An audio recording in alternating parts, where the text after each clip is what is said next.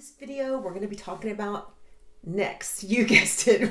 Necks, and more necks. Short necks, long necks, fat necks, thin necks, and how to anti-age them. And also a decision I've made about my own neck. So stay tuned for that. That'll be at the end, but that's coming up next.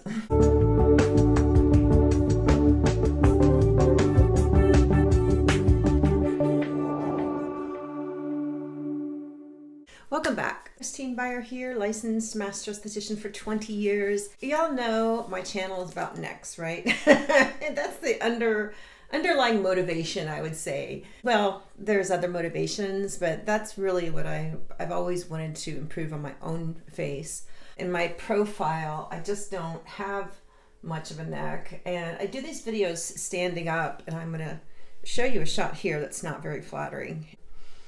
Yeah, so if you are lucky enough to be born with a long gazelle neck, usually what happens to those types of necks is they start to get banding that sort of reactivated every night when they sleep.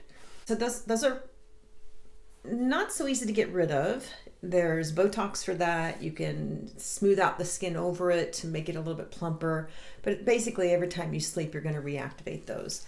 If you have a heavier neck like mine, you generally have to make sure all the lymph is cleared out. And if you watch my video, you know how much I preach about all the lymph that collects through here. 90% of the lymph nodes for our entire face and head unit are located underneath our chin. So we need to keep this nice and cleared out. A lot of people ask me, you know, what can I do about my neck? And they may have a thicker neck like mine.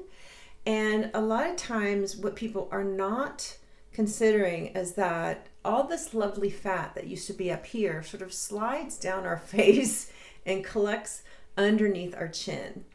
And we can strengthen the muscles and tighten the skin till the cows come home. But if that fat is still there, it's not going to retract. The skin is not going to lift everything back up, because if you think about it, in your 20s and 30s, you have more fat throughout the whole face and you actually have more bone.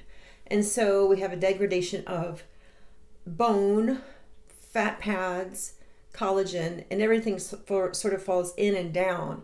And so if you go in thinking that you're going to lift your neck back to where it was in the 20s, it's just not possible unless you take out the fat. And basically how you can tell if you have fat is if you grab this and it sort of retracts, you got fat. And if it kind of wobbles when you walk, that's fat. I actually had Kybella done, and it is injections. They're fat dissolving injections. And I had one round of that done in 2016 before I participated in the Skin Games. And after that, I was kind of disillusioned because I didn't get what they call retraction. Like the skin didn't automatically snap back. And that was 2016, so I was 48, and I was expecting, you know, all this stuff to happen, but it just did not snap back. Fast forward 2 years, and I found Fibroblast. And if you followed me for any amount of time, you know how much better my neck looks.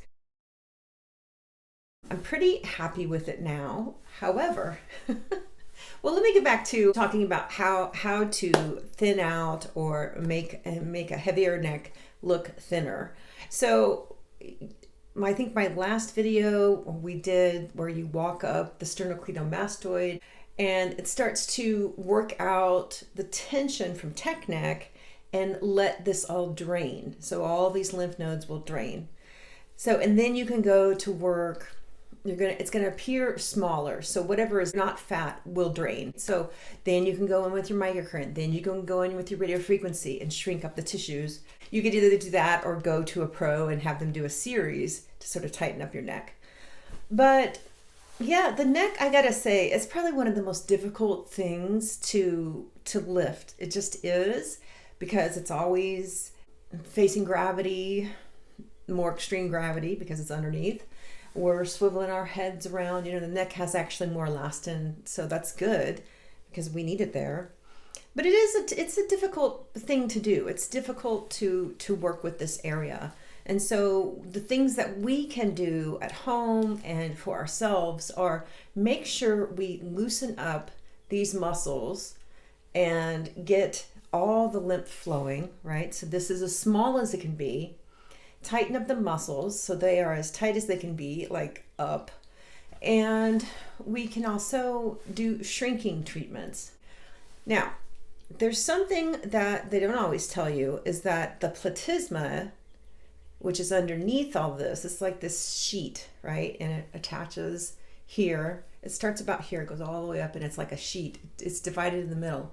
You can see I'm starting to get that little bit of platysma spreading. And so when we do shrinking treatments, they can only shrink that platysma so much. Does that make sense? So that's why still the creme de la creme of non-surgical face tightening is, I mean, it's still radiofrequency, and there's old therapy, which is excruciatingly, it hurts. So even with numbing, it really hurts. But it does, those both work fairly well for this area. But if you're past 50 and you really want a tight neck, those devices have about a 50-50 happiness rating. I mean, you can go on to realself.com and see how people like the different devices they've used. And so there is they do a great deal of tightening. But once again, remember, if you have excess fat there, it can't tighten past that fat. If you have, and we all have, we've lost bone and fat padding in our face. And so that scaffolding, that all the skin that's down here now, all the skin had to hold it up in our earlier years, starts to fall down. And that's not just skin, it's muscle. So here is the conundrum. We can do microcurrent, which works like gangbusters. I would say microcurrent works on any age group. But if you have excess fat there, just remember, you can't live past the fat.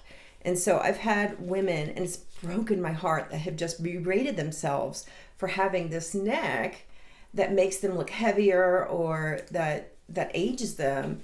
And I've just been like, well, you just need to go get some Kybella and burn that fat out of there.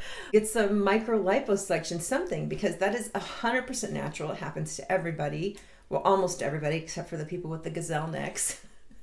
But it's natural. It's called submental fat. And it is why they brought Kybella to market, because everybody gets that.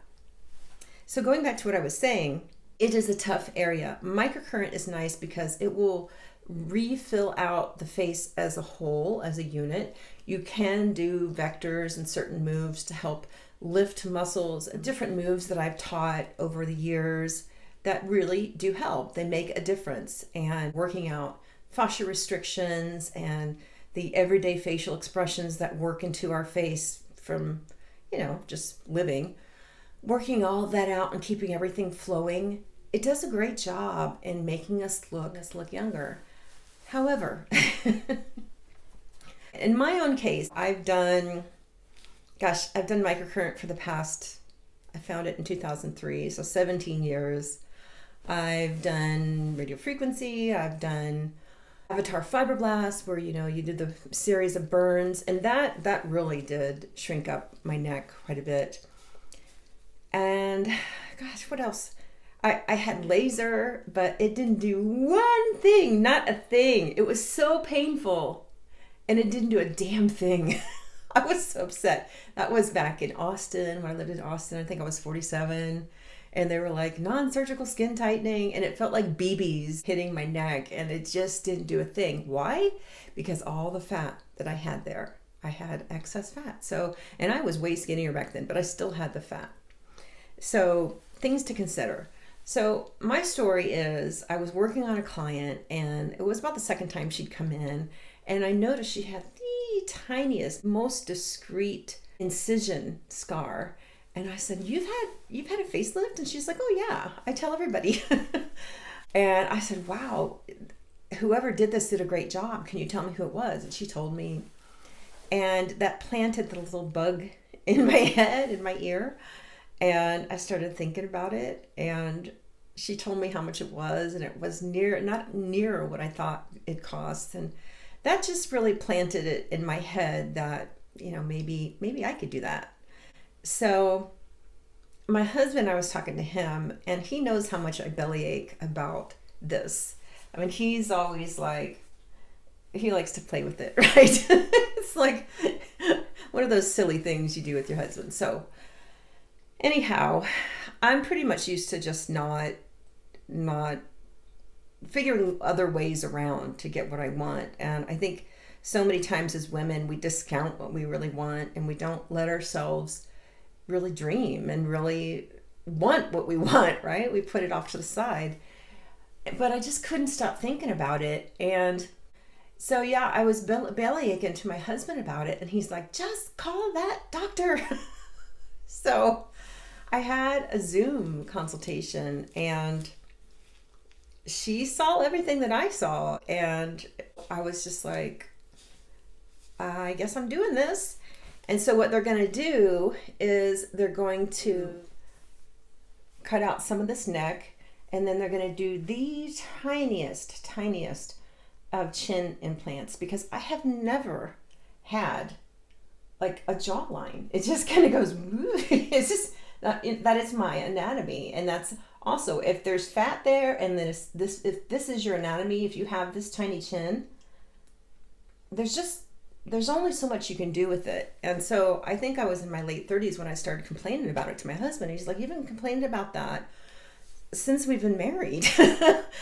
And when I started to see the first signs of aging, and it's just tough. So I'm going to go ahead and have that surgery on St. Patrick's Day. And apparently, God, they gave me 5 pages of like pre-op instructions, and this Dr. Winslow is her name, and she's pretty famous here in Indianapolis, and all she does is faces, and she's board certified with the American Plastic Surgery Association. I think that's what that's called, but that's all she does is faces. She's not doing boobs or anything. She just faces.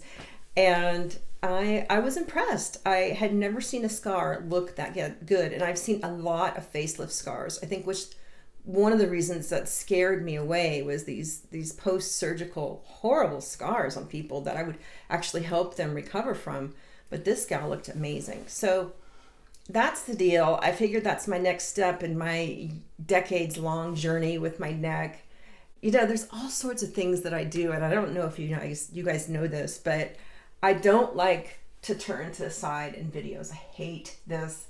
I hate doing that. So many times when I start to turn my head, I'll edit that out. I'll chop it because it makes me crazy. And everybody's like, "Oh, you don't need it. You don't need it." But they don't see me when I'm looking down at my phone, when I'm sitting down and I'm looking down. It's just, I don't know. I've basically made up my mind, and it's freeing. It's being true to myself. I feel like this last month I have found my voice, and now I'm being true to myself. So the heart wants what it wants, and when I think about it, I just get giddy. I assume that with this experience, I'll be able to help others and letting them know what's their next step. I know I'll be taking care of my skin post-surgery, keeping the muscles and everything in condition, and using my NeoGenesis and my Time Master Pro. I mean, when I'm allowed to use them again, I will be using those because I want to preserve. Facelifts generally last 7 to 10 years. So I'm like, mine's going to last till I die. So that's what's happening. And I will check in with photos and maybe do a little video. Well, I want to do a little video, some updates, the recovery process. I won't be able to work for a week. And she was saying that I'll be pretty swollen for the first 3 weeks. But because my neck will be so tight, that any swelling will happen in front of my ears, which I'm like, well, that should be interesting.